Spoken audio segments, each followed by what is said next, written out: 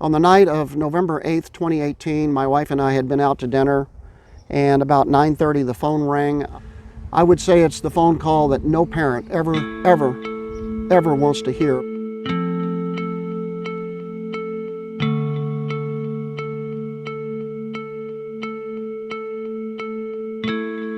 She was just an incredible human being, a vibrant, active, smart, fun-loving, popular young woman who had never been in trouble ever in school or any other time, had never really done anything wrong.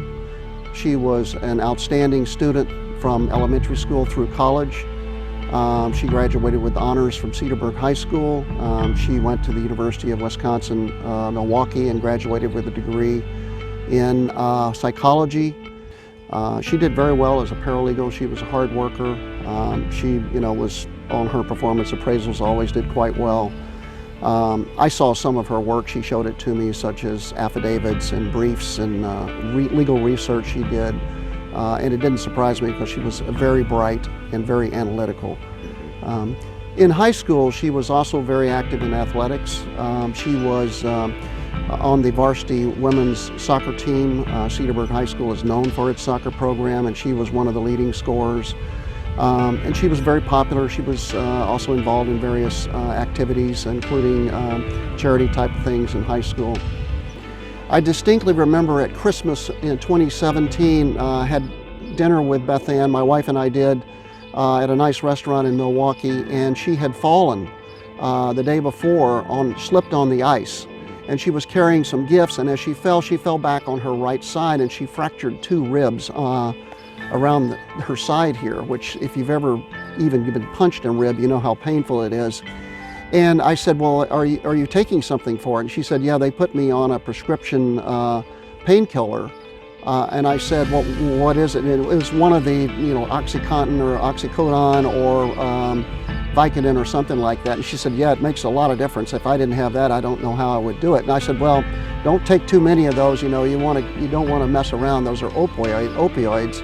And she knew about that.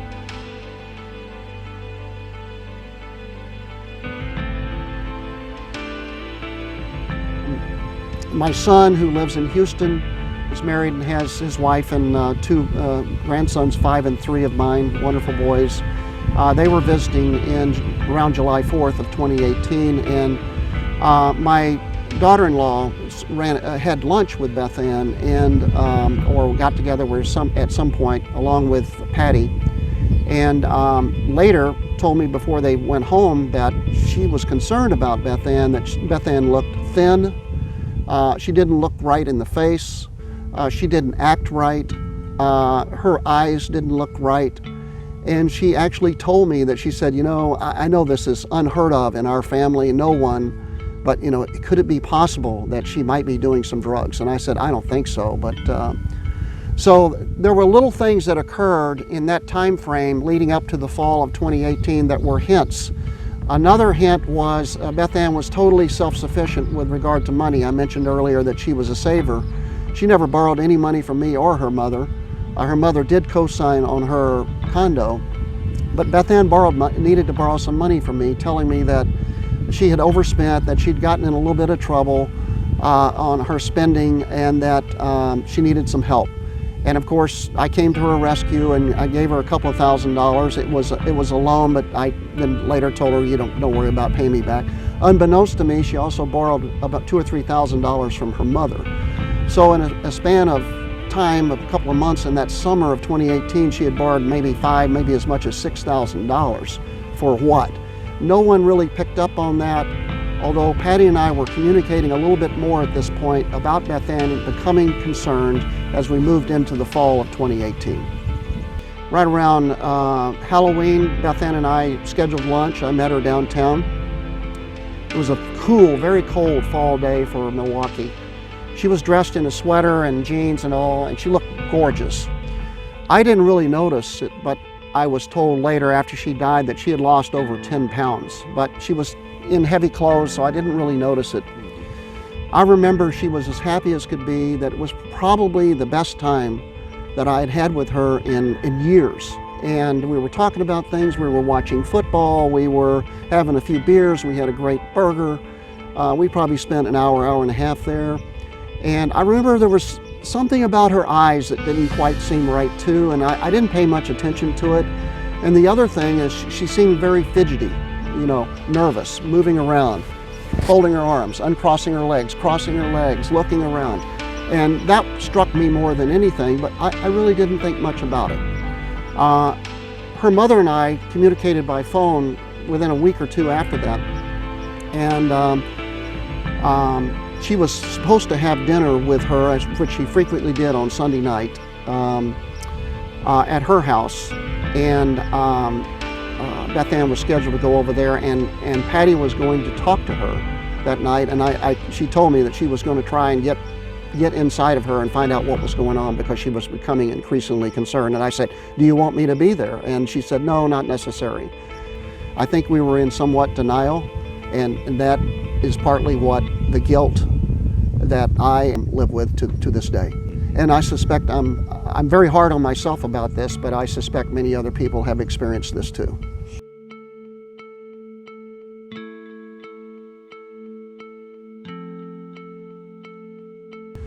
I would say it's the phone call that no parent ever wants to hear, but it was Patty.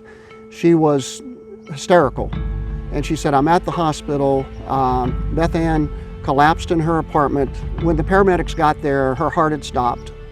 She was not breathing. She was laying on the floor. She'd come out of the shower. It was about, I guess, 8:30, 8:45 in the evening. And interestingly, from what I've gathered, no one told the EMTs that she'd taken drugs.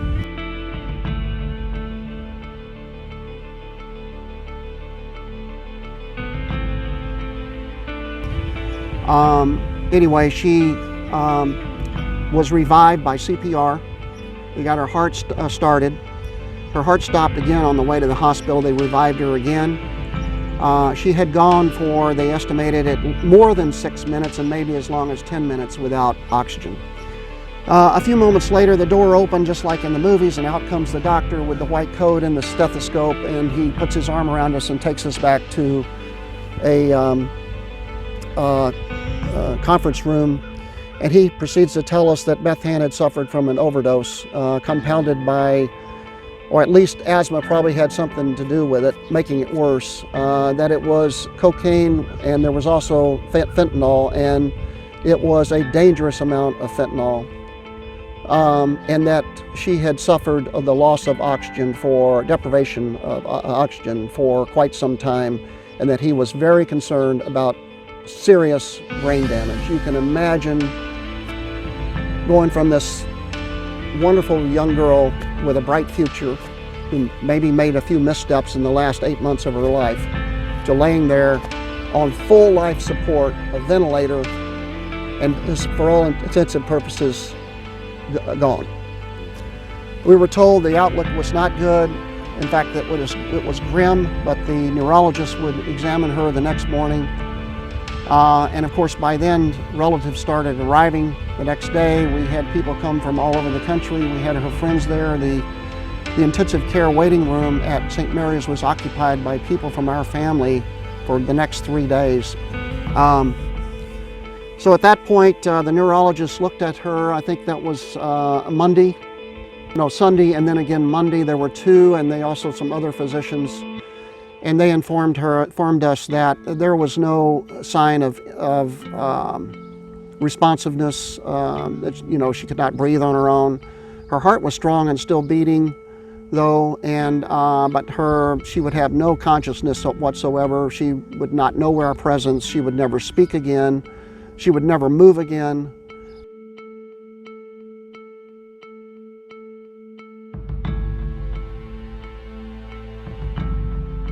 So on Tuesday, we held a bedside vigil with her immediate family and her closest friends, and there was priests there, and I'll never forget that. What I learned also was that Beth Ann was an organ donor, and so that was coordinated and her kidney was a perfect match for a man who was number 3 on the list nationally in need of a kidney. He was going to probably die in 4 days if he didn't get a matched kidney. Her kidney matched perfectly. So her kidney was harvested, her other kidney went to another person, and then she was pronounced dead Tuesday night. Her funeral was on Saturday at a church up in between north of Cedarburg, a non-denominational church. There was over 200 people there, many of her high school friends, some of her college friends, family from all over. Incredible outpouring of grief, and we actually had, like so many funerals that you see in Wisconsin, this part of the country, a party at a local pub in Cedarburg after the funeral, and we celebrated her life there. And there was many more or less testimonials about Beth Ann and so forth, which kind of took the edge off a little bit.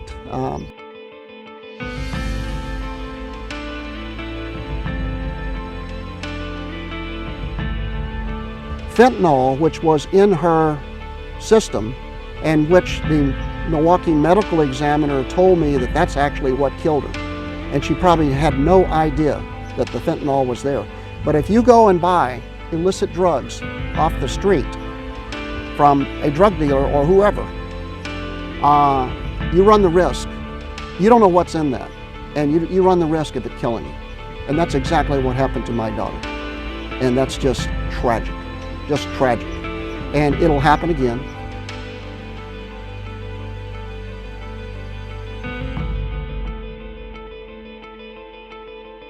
Is be aware.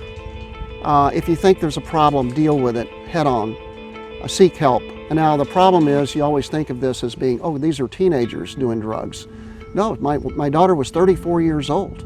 And it's not just people from different, you might think, well, the socioeconomic, it's maybe from the lower end of the socioeconomic scale. It's all. I mean, there are doctors out there, unfortunately, that have addictions. But, I think it's what the Walworth County Drug and Alcohol Coalition is doing right now. It's certainly at the very basic, it's awareness, getting information to the public, making them aware of what can happen, the dangers of this, and what to look out for. I didn't look out enough. I think I was in denial that something was going on here. It's prevention, and that would involve working with the other various organizations. It goes along with awareness. And it's doing all the things you do. For example, the website, walcodac.com, is an excellent website to get information about this problem and how to deal with it. And it also offers you resources that you can go to get help. And there's one of the nice things they do that I attended, I think my 3rd or 4th session, is they train with this miracle drug, Narcan. Narcan is a lifesaver for someone who is suffering from an opioid overdose. Had they had Narcan, and that had gotten to my daughter early enough, she might be alive today. Take action. If you think there's something there may very well be. Don't wait. Do it now. Get help. Seek help. Avail yourself of all the services that are out there through this organization and other organizations, because it just may save that loved one's life. It's something that you never get over completely. I've talked to people who have suffered, the loss of a child or even a loved one. It doesn't matter who it is. You never really get over it, but this was traumatic. She was only 34 by 3 weeks. And you think, I'm the old guy. I'm the one that's going to die first. You don't think you're going to lose a child.